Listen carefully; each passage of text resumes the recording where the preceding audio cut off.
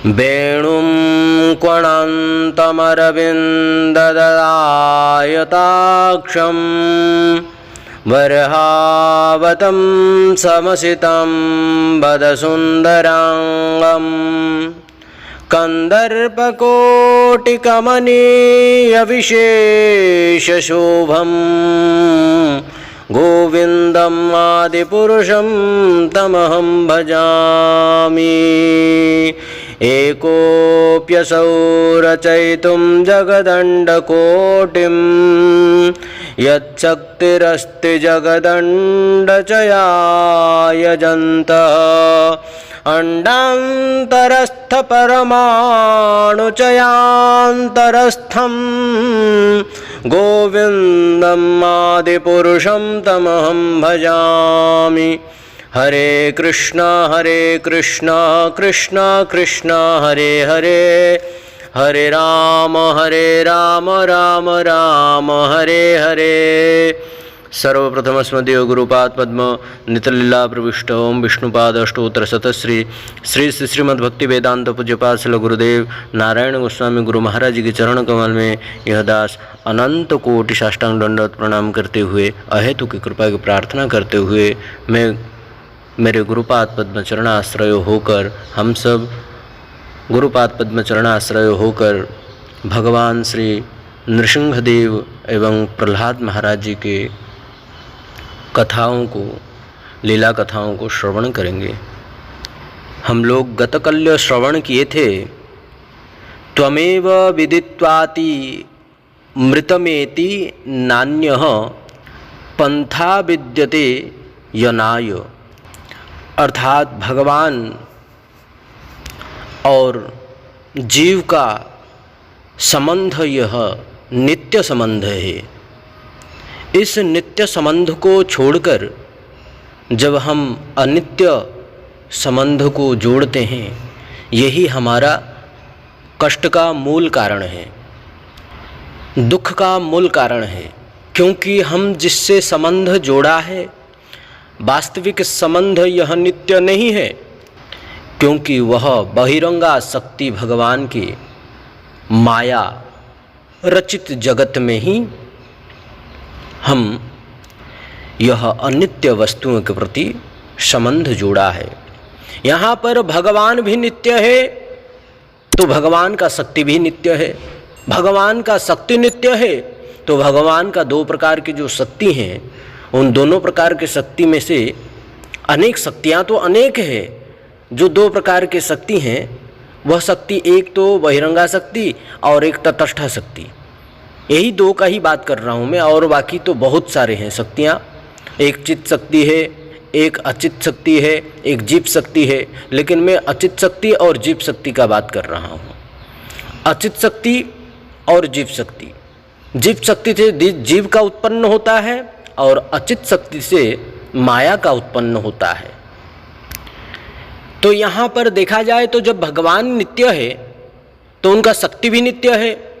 शक्ति यदि नित्य है तो माया भी नित्य है। बहिरंगा शक्ति है माया, वह भी नित्य है।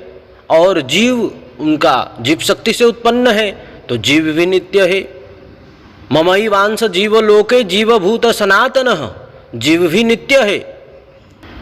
परंतु भगवान भी नित्य है, उनका शक्ति भी नित्य है, माया भी नित्य है, जीव भी नित्य है। परंतु जीव और माया के मध्य में जो हमारा संबंध है, वही संबंध ही अनित्य है।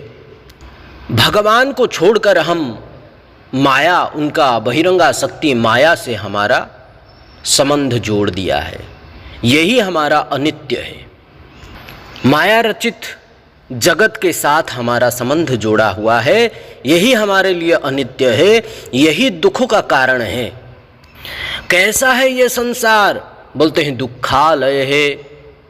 संसार दुख जलधौ पतितस्य कामाः क्रोधादिन कर्म करैः कवलीकृतस्य दुर्वासना निगडितस्य निराश्रयस्य श्री चैतन्य चंद्र मम देहि पदावलंबनम्। लंबम। कैसा है? तो बोलते हैं कि है संसार दुख जलधौ। संसार दुख रूपी अग्नि में, संसार कैसा है? बोलते हैं दुख रूपी अग्नि में घना घनात्वम, घन घन होकर जल रहा है ये संसार। काम क्रोध आदि नकर मकरई कबलीकृतस्य। जीव इस काम क्रोध आदि इन सब में कबलित होकर माया के द्वारा रचित जगत के साथ ही संबंध जोड़ा है और काम क्रोध महालोभ तृष्णा व्याकुल चेतसाहा, और इसी को पाने के लिए ही निरंतर प्रयास करते रहता है। अस्ति और प्राप्ति, यही दो के चक्र में ही जीव का जन्म भी होता है, मृत्यु भी हो जाता, उसे पता भी नहीं चलता। अस्ति मतलब हमारा पास में है, होने के बावजूद भी, और प्राप्ति और भी पाना चाहता है, और उसी को पाते पाते कब हमारा समय निकल जाता है हमें पता ही नहीं चलता, और जाकर कहाँ सो जाते हैं। हमारे बागेश्वर वाला बाबा जी महाराज जी कहते हैं ना, बागेश्वर वाला महाराज जी कहते हैं, क्या कहते हैं? ठटरी। उस ठटरी के ऊपर में जाकर के हम सो जाते हैं। ठटरी मतलब क्या है? मृतक सैया। उस 7 मन की लकड़ी के ऊपर सो जाते हैं, हमें पता भी नहीं चलता है। समय कैसे बिता गए हमें पता ही नहीं चला। केवल प्राप्ति, लोभ, और जिसके चलते इस संसार का किसी न किसी व्यक्ति के, किसी न किसी वस्तु विशेष के प्रति आसक्ति होकर आश्रय ग्रहण करना, यही हमारा अनित्य है। क्योंकि यह संसार निराश्रयस्य, यह संसार आश्रयहीन है, दुर्वासना में ही लिप्त है। दुर्वासना निगडितस्य निराश्रयस्य। कौन किसको आश्रय देगा? कोई किसी का आश्रय है नहीं। स्वयं का स्वयं ही आश्रय नहीं है तो दूसरों को क्या आश्रय देगा? यही हमारा मूर्खता है, यही हमारा नादान है, जिसको हम समझ नहीं पाते हैं, जिसके चलते हमारा मृत्यु कब हो जाता है हमें पता ही नहीं चलता। इसलिए भक्त प्रवर प्रहलाद महाराज जी कहते हैं, उस परमात्मा को जाने बिना जन्म और मरण रूपी भयंकर पीड़ा से बचने का और कोई दूसरा उपाय नहीं है, कोई भी दूसरा रास्ता नहीं है, कोई दूसरा मार्ग नहीं है। इसलिए है मित्रों, बुद्धिमान व्यक्ति वही है जो कुमार अवस्था से ही होश संभलते ही इस जगत में छुपे हुए जगदीश्वर को खोजने में, ढूंढने में, जानने में, पाने के लिए जुट जाना चाहिए, और पाकर उनका नित्य निरंतर सेवा, भक्ति, साधन, पूजन, नाम जप, उनकी ही सेवा करते हुए उनको प्रसन्न करने में जुट जाना चाहिए। यही मनुष्य जीवन का सार तत्व है, बाकी सब असार है। श्री चैतन्य चंद्र मम देहि पदावलंबम, भगवान की चरण के बिना हमें कोई रक्षा नहीं कर सकता। हमारा नित्य आश्रय स्थान यदि कोई है तो भगवान का चरण कमल ही हमारा नित्य आश्रय स्थान है, और वही हमारा सुगंधित स्थान है। बाकी संसार तो दुखालय है, दुख रूपी अग्नि में जलने वाला है, जलाने वाला है, और दुर्वासनामयी निराश्रय है, किसी को आश्रय देने वाला नहीं है। यह संसार ही क्षणभंगुरा है। आश्रय यदि कोई देता है, श्री चैतन्य चंद्र मम देहि पदावलंबम, चैतन्य चंद्र मम देहि, भगवान श्री कृष्ण चैतन्य महाप्रभु का चरण कमल ही परम शीतल चरण कमल है। भगवान श्री कृष्ण चैतन्य महाप्रभु के चरण कमल आश्रय होने मात्र से ही स्मरतापमुग्रम निर्वापयत परम शीतलमाश्रयामि। परम शीतल को प्राप्त करेंगे आश्रय मात्र से। यही हमारा नित्य आश्रय है, अभय प्रदान करने वाले हैं और संसार की अग्नियों को समाप्त कर देने वाले हैं। जन्म मृत्यु जरा व्याधि इत्यादि को समाप्त करके, बिल्कुल निवृत्त करके भगवान के चरण कमल में परम भक्ति प्राप्ति करके भगवान को प्रसन्न करने में ही हमें जुट जाना चाहिए। परमानंद को प्राप्त कर सकते हैं हम सब। प्रहलाद महाराज जी कहते हैं, कौमार आचरेत प्राज्ञो धर्मान भागवतानिह दुर्लभम मानुषम जन्म तदप्य ध्रुवमर्थदम। श्रीमद् भागवत महापुराण 7:6-1। प्रहलाद महाराज जी कहते हैं, हे मित्रों, उस परमात्मा को इस मनुष्य शरीर से ही जानना संभव है और किसी शरीर से नहीं। इसलिए मनुष्य शरीर को दुर्लभ शरीर कहा गया है। भज इसलिए बोलते हैं भजन करना चाहिए तो मनुष्य शरीर से ही, और कोई शरीर भजन नहीं कर सकता। बाकी सब शरीर तो कर्म फल को भोगने के लिए भोग शरीर है। वो मनुष्य शरीर ही एकमात्र दुर्लभ शरीर कहा गया है।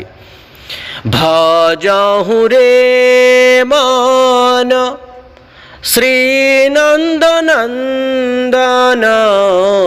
अभय चरणारविंद रे।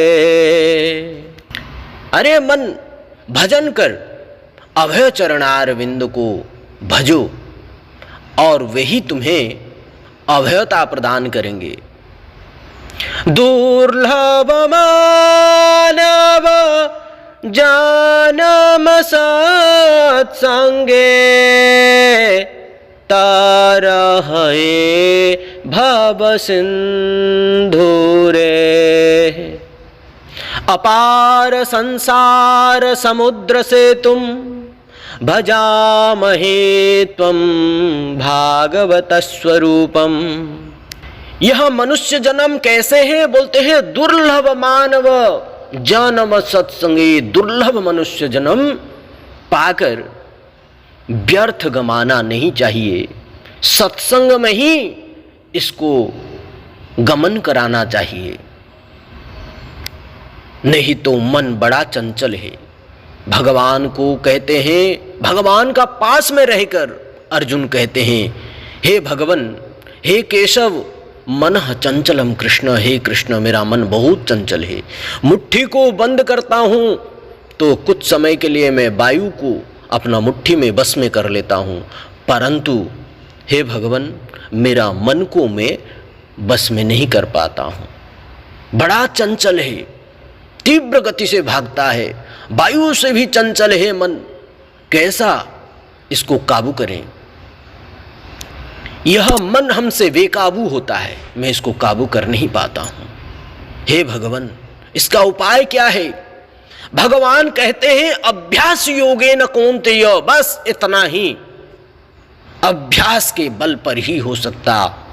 यह मनुष्य जन्म इसलिए प्राप्त होता है कि उस मन को वश में करने के लिए अभ्यास करो। और यह अभ्यास कैसे होगा?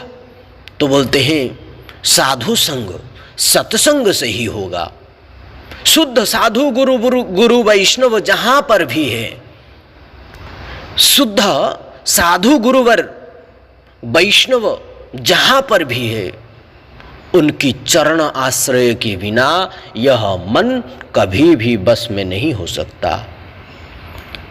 दुर्लभ मानव जन्म सत्संगे तरहये भव सिंधुरे। सत्संग के द्वारा ही ये भव सिंधु से हम पार कर सकते हैं, तर सकते हैं। नहीं तो तारयति इति तरु। तारयति इति तरु कौन है हमको तारने वाला? बोलते हैं साधु, गुरु, वैष्णव, संत जन ही हमें तार सकते हैं और कोई नहीं तार सकता। ये संसार में सब डुबा देंगे लेकिन कोई नहीं तार सकता।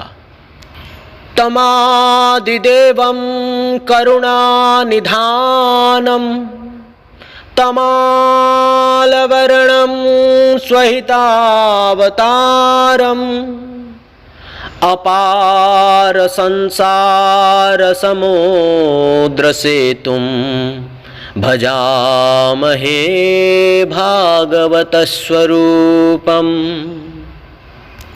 भजामहे भागवत स्वरूपम। महाभागवत गुरु वैष्णव की चरण आश्रय के बिना यह संसार से कोई भी तर नहीं सकता, क्योंकि यह संसार अपार, जिसको पार ही नहीं किया जा सकता, अपार न पार, जिसको पार ही नहीं किया जा सकता। भयंकर दलदल है ये संसार। जितना डूबो डुबाते जाएगा परंतु उबारेगा नहीं, उसको निकाल नहीं सकता कोई। जो निकालने जाएगा इस संसार से वह भी उसके अंदर में उस दलदल में प्रवेश कर जाएगा। इसलिए जो डूबता है उसको छोड़ो, बाकी जो बचे हुए उनको उद्धार कर लो। समय आने पर वह भी बाहर आएंगे तो उसको भी निकाल दिया जाएगा। समय का इंतजार मत करो। जब आंख खोलो तब सवेरा हो जाता है, आंख बंद कर दो तो अंधेरा हो जाता है, आंख खोलो तो सवेरा हो जाता है। तो इसलिए यह मनुष्य जन्म में ही भगवान श्री हरि को जानना संभव है, प्राप्त करना संभव है। इस मनुष्य शरीर से ही उनको जान सकते हैं हम, और किसी शरीर से नहीं जान सकते हैं। इसलिए बुद्धिमान व्यक्ति साधु संग के द्वारा भगवान को जानने के प्रयास करना चाहिए, कर लेते हैं बुद्धिमान व्यक्ति। तो इसलिए प्रहलाद महाराज जी कहते हैं, अरे मित्रों, उस परमात्मा परमेश्वर जगदीश्वर को इसी शरीर के द्वारा ही जाना जा सकता है, इसी शरीर से ही जाना जा सकता है, जानना संभव भी है। अन्य योनियों के शरीर उस भगवान को जानने में असमर्थ है, नहीं जान सकता। केवल मनुष्य योनि में ही यह शरीर से भगवान को जान सकते हैं, जानना संभव है। इसलिए यह मनुष्य जन्म जिनको भी प्राप्त, हम सबको प्राप्त हुआ है, यही सोच लीजिए कि यही अवसर मिला है, उस परम तत्व को जान लेना चाहिए। पता नहीं इसके बाद किस प्रकार का कर्म हमें कौन सी योनियों में ले जाएगा, इसका कोई भरोसा नहीं है। इसलिए दुर्लभ जन्म यदि प्राप्त किया है, ये बहुत बड़ा अवसर है हम लोग के लिए। तो इसी शरीर के द्वारा उस परतत्व परम भगवान श्री कृष्ण को जानने का परम चरम प्रयास करना चाहिए। आज प्रहलाद महाराज जी खुद ही अपने साथियों को पढ़ा रहे हैं, और जब अपना समक्ष कोई पढ़ावे तो उससे प्रश्न करने में कोई संकोच नहीं करता। एक समय गुरुजी से पूछने में डर लगता है, किसी मित्रों के समक्ष बैठकर यदि अध्ययन करें, पढ़ाई करें, तो उनसे प्रश्न करने में कोई भय नहीं लगता। इसलिए आज सारे विद्यार्थी प्रहलाद जी से खुलकर प्रश्न कर रहे हैं, और प्रहलाद जी महाराज जी सबका उत्तर देते हुए, सबका समाधान करते हुए अध्ययन करा रहे हैं, सबको पढ़ा रहे हैं। एक विद्यार्थी बोला, हे प्रहलाद, हमने सुना है कि यह उम्र कमाने की है, इसलिए तो पहले खूब कमाओ, खूब एंजॉय करो, संसार की विषयों को भोग करो, और करते करते जब बुढ़ापा आ जाए तब भजन करो। हमने तो यही सुना है। अरे भजन पूजन करना तो सब बड़े बूढ़ों का काम है। यह बात को सुनकर प्रहलाद जी बोले, सुनो मेरे मित्रों, जीवन में जो सुख और दुख है वह दैवाधीन है। हमारे जीवन में जितने भी सुख दुख है वह सब दैवाधीन है, प्रारब्धानुसार मिलते हैं, प्रारब्ध के अनुसार हमें प्राप्त होता है। हमारे जीवन में जितने प्रारब्ध में लिखा है उतना सुनिश्चित रूप से हमें प्राप्त होगा, चाहे वह सुख हो चाहे दुख हो, हमें प्राप्त होगा सुनिश्चित रूप से। उसके लिए तुम जितना उद्योग करो, उद्यम करो या मत करो, वह तो तुम्हें प्राप्त होगा। अब मेरा यह एक प्रश्न है, प्रहलाद जी कह रहे हैं, दुखी होने के लिए तुम कभी प्रयत्न करते हो? क्या किसी ने भगवान से यह मांगा है कि हे प्रभु हम दुखी रहें? और ना तो कोई मांगता है और ना कोई चाहता है कि मुझे दुखी प्राप्त हो, दुख ही प्राप्त हो। कोई नहीं चाहता है, दुख को कोई नहीं चाहता है, सब सुख ही चाहते हैं। अब बताओ, फिर भी हम दुखी होते हैं कि नहीं? दुख नहीं चाहने पर भी हमारे पास में दुख आता है। हम भगवान से कभी प्रयत्न नहीं करते हैं कि हमें दुख प्राप्त हो, भगवान से कभी भी नहीं मांगते हैं कि हमें दुख मिले, तो फिर भी हमें दुख प्राप्त होता है या नहीं होता है? क्योंकि सब दैवाधीन है, दैव के अधीन में है सब। हमारे प्रारब्ध में यदि दुख लिखा है तो हमें दुख मिलेगा। हम दुख नहीं ना चाहते हुए भी हमें दुख मिलेगा। ठीक उसी प्रकार से हमारे प्रारब्ध में यदि सुख लिखा है तो भले ही वह सुख मत चाहो, वह भी सुख तुम्हें मिलेंगे, हमें मिलेंगे। प्रहलाद महाराज जी कहते हैं, सुखमैन्द्रियकम दैत्या देहुत्योगेन देहिनाम सर्वत्र लभ्यते दैवा द्यथा दुःखमयत्नतः। श्रीमद् भागवत महापुराण 7:6-3। दुख का कोई प्रयत्न नहीं किया फिर भी दुखी हुए, ऐसे ही सुख का भी प्रयत्न ना करो तो भी यदि हमारे प्रारब्ध में है सुख तो घर बैठे ही हमें सुख मिलेगा और सुखी हो जाओगे। घर बैठे ही सुखी हो जाओगे यदि प्रारब्ध में लिखा होगा तो। कई लोग दिन रात मेहनत करते हैं, पसीने बहा रहे हैं, फिर भी कुछ भी प्राप्त नहीं कर पा रहे हैं। और एक वह है जो जिनको कुछ भी नहीं करना पड़ रहा है फिर भी उन्हें घर बैठे ही सब कुछ प्राप्त हो रहा है, माला माल हो रहे हैं। प्रारब्ध जब जागृत होता है तो धन धान्य की बरसात होती है, सुख समृद्धि सब कुछ प्राप्त हो जाता है। और प्रारब्ध यदि निद्रा अवस्था में है हमें दुख की ही प्राप्त होगा। चाहे कितने भी परिश्रम कर लो, कितने भी मेहनत कर लो, श्रमतस्य श्रम फल दुःखमेव जायते, दुख का ही प्राप्त होता है। इसलिए जंगल में भी जाकर बैठ जाओ तब भी तुम्हारा प्रारब्ध तुम्हारी भोग सामग्री को वहीं पहुंचा देगा। तुम्हें जो चीज़ खाना पीना जो चीज़ चाहिए वह सब कुछ वहाँ पहुंच जाएगा। तुम्हारा प्रारब्ध तुम्हें प्राप्त कर देगा, दे देगा। तो जो प्रारब्ध में मिलना सुनिश्चित है उसके लिए प्रयत्न करना भी मूर्खता है। अरे प्रयत्न तो उसके लिए किया जाता है जो अनुपलब्ध है, जो हमारा पास नहीं है।